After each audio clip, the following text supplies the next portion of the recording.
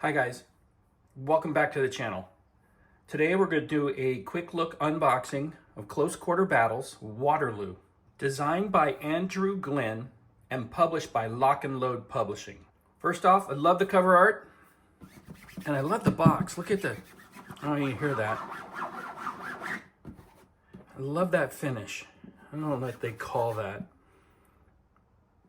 But nice, beautiful art. And this is a tactical level Napoleonic game. And we'll see here, we're going to take a quick look at the back of what we have inside here. And you can see some of the components around in the background. We'll dig into those in just a second. But what you get inside the box are two 24 by 23 inch maps. You get two spiral bound books. One is the core rule manual, which basically is going to go for other games in this series. And as of yet, I don't know what those are. They might still be Napoleonic. They may be other genres. But it's going to be interesting. I'm curious to see what they're going to have. And the other one is what they call a companion book, which is details for this specific battle and any rules specific or to this game, or any specific rules to this game. And this is pretty standard by Lock and Load. They do that with a number of their titles. They will give you a core rule book and then what they call a companion book that details that specific title. Hello.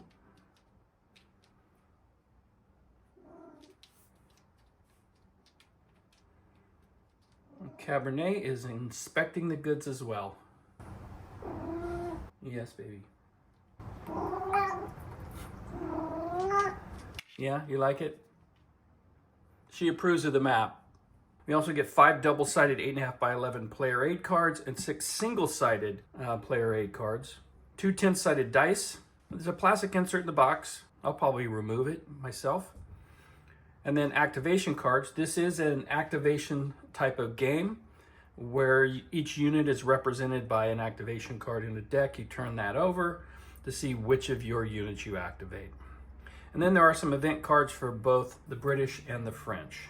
The scale of this game is infantry units representing either a company or a half company, skirmishers, and a half battery of artillery. Time scale, each game turn represents about 5 minutes, and each hex represents about 25 meters. It says the playing time is between 2 to 4 hours, depending on the scenario. And you can see the complexity is, they got it marked about a 6, solitaire playability about a 7. Now, at some point, I'm going to play the training game, which is really simple, short, and I can get a sense for both of these.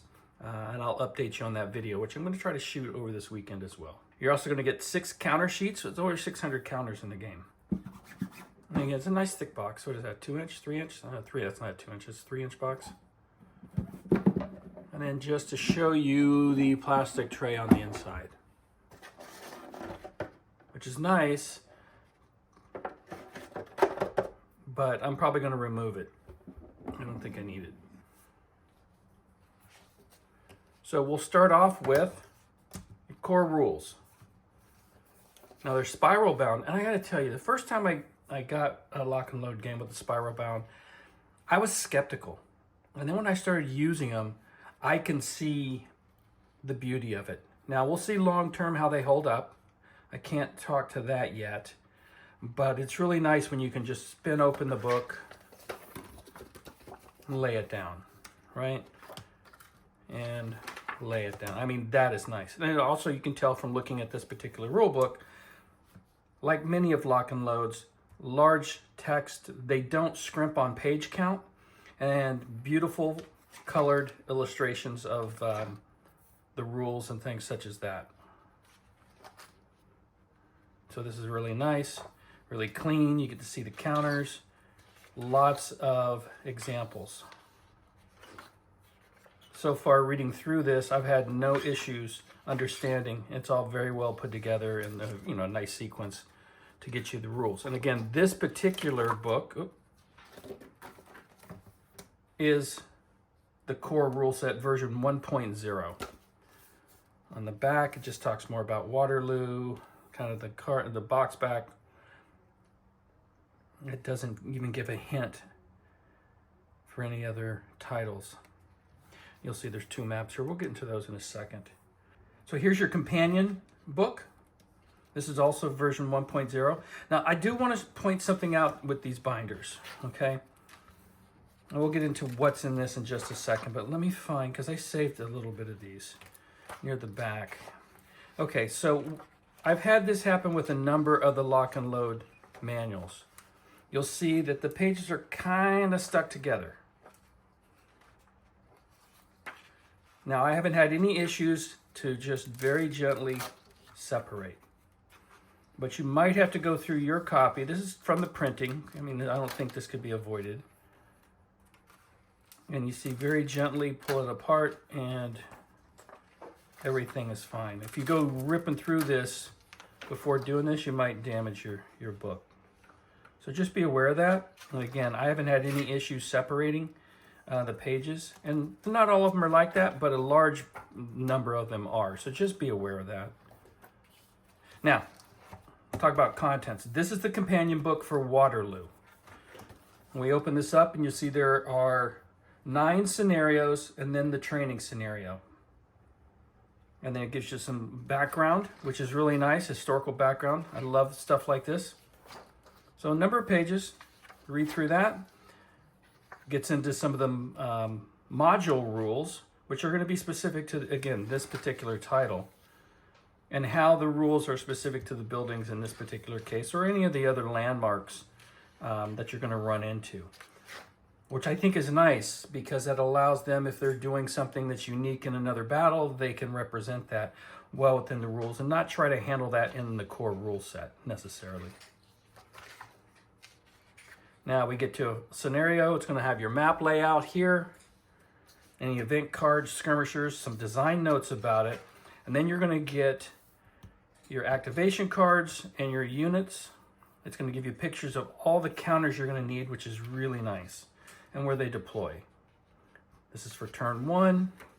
I'm not sure if there's any on turn 2. We'll see. Oh, nope, and it goes to the second scenario. Looks a little more involved, and so on and so forth. Yep, so there's turn 1, turn 2 with your French order of battle. Okay, I knew there was one in here. Turn 1, turn 5, and then there's conditional entry. Very nice.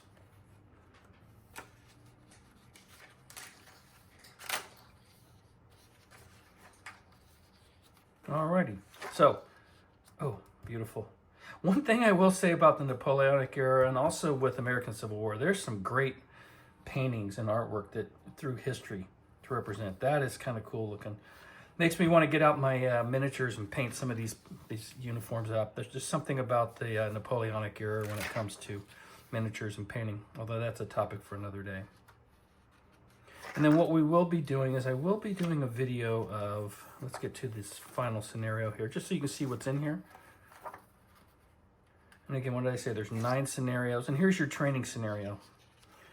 Okay, training scenario, 3 units, and then a second total of, what is that, 9 counters, 2 activation cards. So it's going to be pretty straightforward. They take no events, and they've given a blow-by-blow example of play using this scenario. I think I'm going to basically do a video that follows this so that we all get a sense of how this game plays. But look at that, very nice. I love when games take the time to give us an in-depth how to play. These are not easy to create, trust me. I've tried.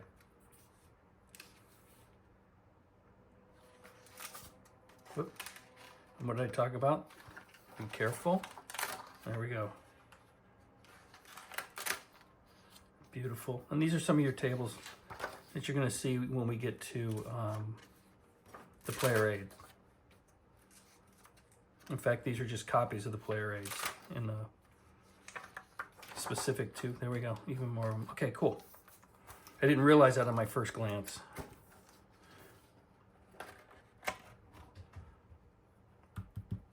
First victory should be out soon. Okay, I again do not see any hints as to what the next title might be in this series. So here's some of the aforementioned player aid cards. Again, they're in the the companion book. And there are a total of 11 of them.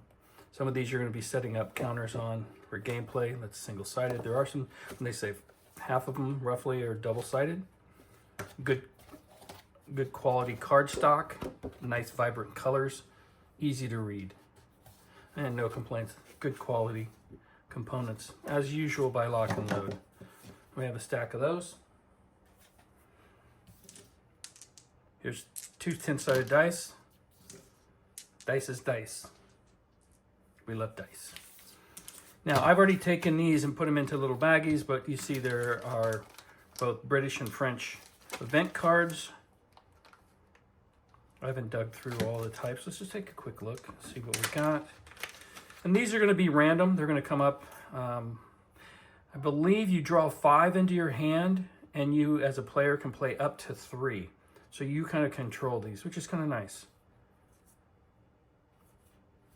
Gate closed. So that's historically important. Oh, she just came flying in. Hit the table and slid around. Okay, resourceful, eager for battle, fire, inspired, field promotion, hero. I won't read through what they do. I suspect both sides have,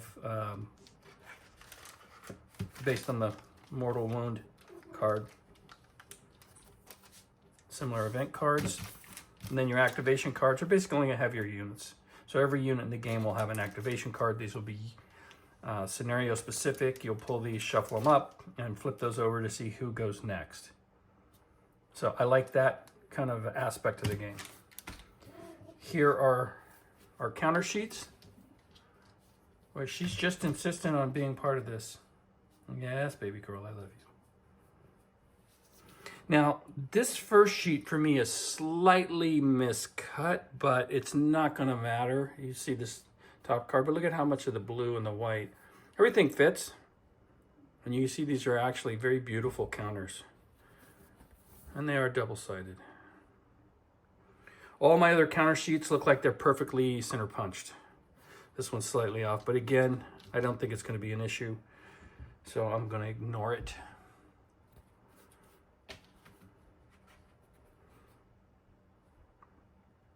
Very nice. So you've got 1, 3, 2.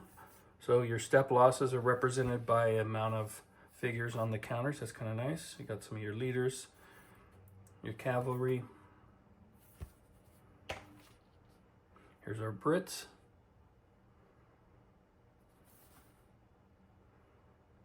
Yep, very nice. More of the French.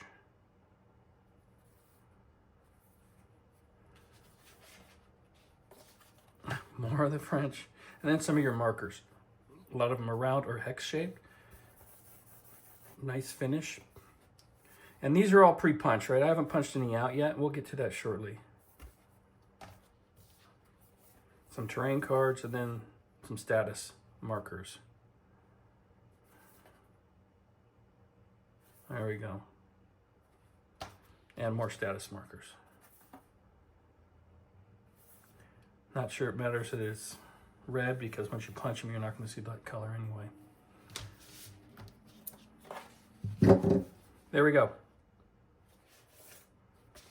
All of our counters. Very nice. And they're good thick quality too. I don't know if I showed you that, but look at that. So good quality counters. Lastly, we're going to take a look. You get 2 maps. Single-sided. Very nice, bright colors. Not overly, they're going to totally fit on my game table, which is a plus. Very vibrant, bright colors. Easy to read. I'm looking forward to getting on this. Now, what I will show you, I'll slide this over, and I was fortunate enough that Lock and Load sent me canvas versions of the maps for this game. So I've got mine laid out, and I figured we could do a little compare and contrast here. So let me move the camera down a bit.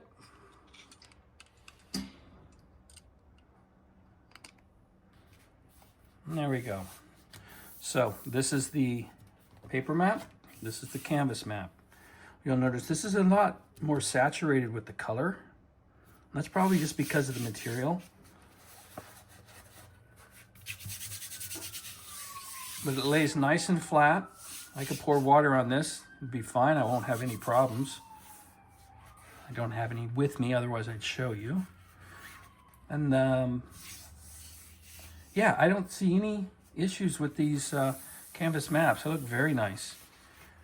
And there's pros and cons, right? I mean, depends on what you want. You put these under a piece of plexiglass, both of them are gonna lay flat. So I won't even get into the ridges on the paper maps. We all deal with that. It's not really an issue in the long run.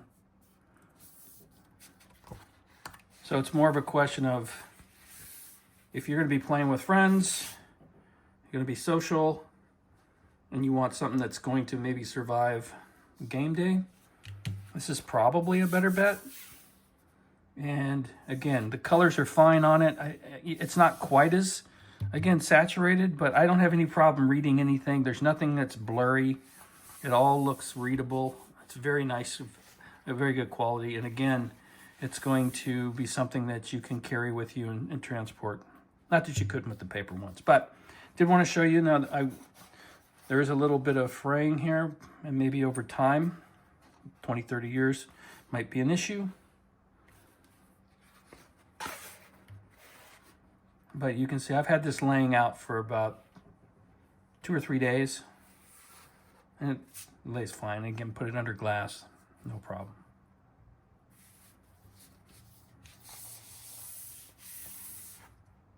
And there's 2 of those.